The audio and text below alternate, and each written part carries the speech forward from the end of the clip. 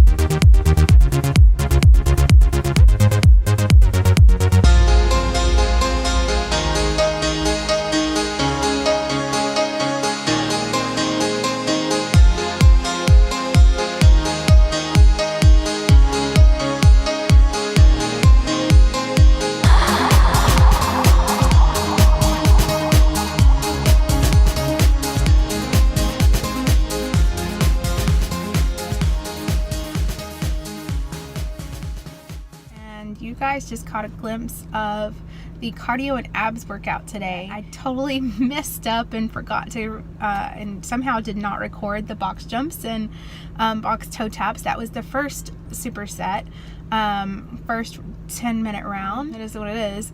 You guys saw the second round, so we had 10 minutes every minute on the minute, box jumps and box toe touches and or toe taps. And then I rested for about a good minute and a half, maybe a minute, and then I got into the second 10-minute circuit. And those, you guys watched that. That was the first video there. It was sliding tuck-ups with my hands on a step. You can also do it with your hands on the floor if you don't have a step. And then I did mountain climbers with the hands on the step. So the key thing to remember though is keep your shoulders over your hands. So if you feel like your shoulders are drifting further away from your hands, it probably means your hips are rising up. So if you can think about keeping your butt down and shifting the weight to where your hands and your face are right over the step if you're using the step, or your shoulders are directly over your wrist if their hands are on the floor. And then when you pull the knees in, you're going to round in the back and pull that belly button up just a little bit and really exhale the air out and tuck those knees under. And then on the mountain climbers, you want to make sure that you, like I said, keeping your shoulders over your wrist and then pulling your knees in towards your chest quickly. But I did 10 rounds of that, and there were 10 tuck-ups and 10 on each leg for the mountain climbers. Then I rested for the rest of the minute, repeated for the rest of the 10 minutes, every minute on the minute. The ab sequence was I am a old school cardio kickboxing instructor or kickboxing instructor, and I pulled some of those things from a blast from the past, and did more of a standing ab circuit today. So the first exercise were the oblique twists. You're down in like a sumo or horse stance, and then you're going to hold and twist and really work on just twisting those shoulders versus just leaning side to side. So really work on twisting and feeling your obliques every time you twist for that. And then the second exercise was a squat and knee raise. So again, working the obliques there because you're bringing your knee towards the outside. Really exhale as you bring that knee down. Be intentional about it. And then the next two, one on each side, were the lunge with the oblique knee. So obliques were all over the place today. Well, we finished it off with those sliding pikes, and my towel was wet there at the end. So from the sweat. So it didn't want to slide too well on that floor because it was super clean and it had been waxed or whatever. So it didn't want to slide very well on the floor. But those hit everything in the center. So we did all the oblique work, and then we hit with the pikes, we have the lower and the upper abs together. So it is an ab circuit you can do anywhere. So if you find yourself, out on vacation or whatever, and you don't have a lot of space, this is an easy way to get in some activity. I will post a picture of my cardio burn, but the time is not posted on there. You can't see it in the picture from my Polar. But it only took me about an hour, and that included some stretching and a warm-up circuit, 2 rounds of a warm-up circuit. I always do some mobility work. You guys saw that in one video if you've watched a previous video of a warm-up circuit that I always do before every workout, even on cardio days and ab days. And then before any of that, I hop on a piece of equipment and I spent 10 minutes on an elliptical today, just warming up my body. And even though I'd just come from class, I spent that time. I had met with a client afterwards and talked for about 30 minutes, and then driven to another gym to do my own workout. So my body had time to kind of cool down a little bit. So I made sure that I got on a piece of equipment. I got my heart rate up again. I got the blood flowing again, and really warmed my body temperature up so I could work on loosening up the joints before I even got started on the 2 circuits and then the abs. So it's total, all of that took about 59 minutes is when I stopped the clock. So the workout itself, 10 minutes, that was 20 for those 2 circuits. And then the ab circuit really only took about 6 or 13 minutes altogether, because I did each ab exercise for 30 seconds, rested for 10 seconds in between, about 40 seconds between each round, and I did 3 rounds of that. So 2 rounds, so about 35 minutes total for the whole workout. So super fast, super easy, got a good burn in, and I felt so good after I was finished.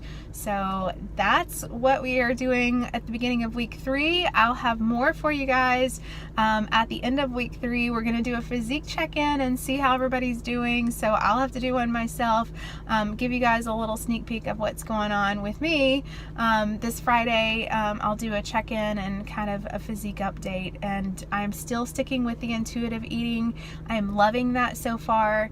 I have really listened. I'm really paying attention to hunger cues, not really eating at a certain time. I wake up, I have a cup of coffee, I have some water, I'll get the kids out the door. I don't want to eat my meals rushed, and I feel like if I do that, then I'm not being intentional about the food. I'm not gonna enjoy the food, and I'm not gonna feel satisfied. So I get the kids off to school, and then I eat breakfast. Sometimes I'll take the dog for a walk first, and then I'll eat breakfast. It just depends on how hungry I am. And then I get going for the rest of my day. I'll eat breakfast, maybe a snack before I go to the gym if I'm hungry, if I had plenty at breakfast. Then I just go and work out, and then come back and have my lunch. And then I usually am having an afternoon snack, and I posted something on my Instagram. If you're not following me on Instagram, you should be. I posted about my snack this afternoon on there. It just was some low-fat cottage cheese with a omega-3 trail mix, and a small Gala apple with a tiny bit of natural peanut butter. I just kind of craved something sweet, and that just a little bit of sweetness from the apple and from the trail mix hit the spot for my sweet tooth, and then the fats and the protein and the fiber are keeping me full until dinner, which is just here in a minute. They're finishing up in about 5 minutes from soccer. I've got chili in the crock pot for tonight, so we're gonna go home and eat that and all get to bed, because we've been super busy this week already. But yeah, that's just what I've been doing, and it's going well. I've seen some progress just by eating intuitively and listening to my body and fueling it with what it needs, and trying to stick to whole foods. So trying to stick to the fruits and vegetables and lean proteins, and then not depriving myself of anything. So I'm still having my protein bowl at night. I had a piece of chocolate almonds the other day. I'm just not gonna deprive myself of anything. And when I do that, I don't feel like I am craving sweets. I just don't have a strong desire to snack on anything that I shouldn't be, or I feel like is off limits, because I can have it if I want to. If it's going to fuel my body the right way, though, is it going to make me feel better the next day? Is it going to make me feel better for the activity that I'm about to do? That's what I'm really trying to focus on, and just trying to listen to my body and just take care of myself. But I'll give you guys a physique update at the end of this week. So if you liked the video and found it helpful, please give me a thumbs up. Don't forget to hit that subscribe button. We've got 3 more weeks after this one, and so I want you to follow along and see what else I have in store for the group. And I hope you guys are doing well. See ya!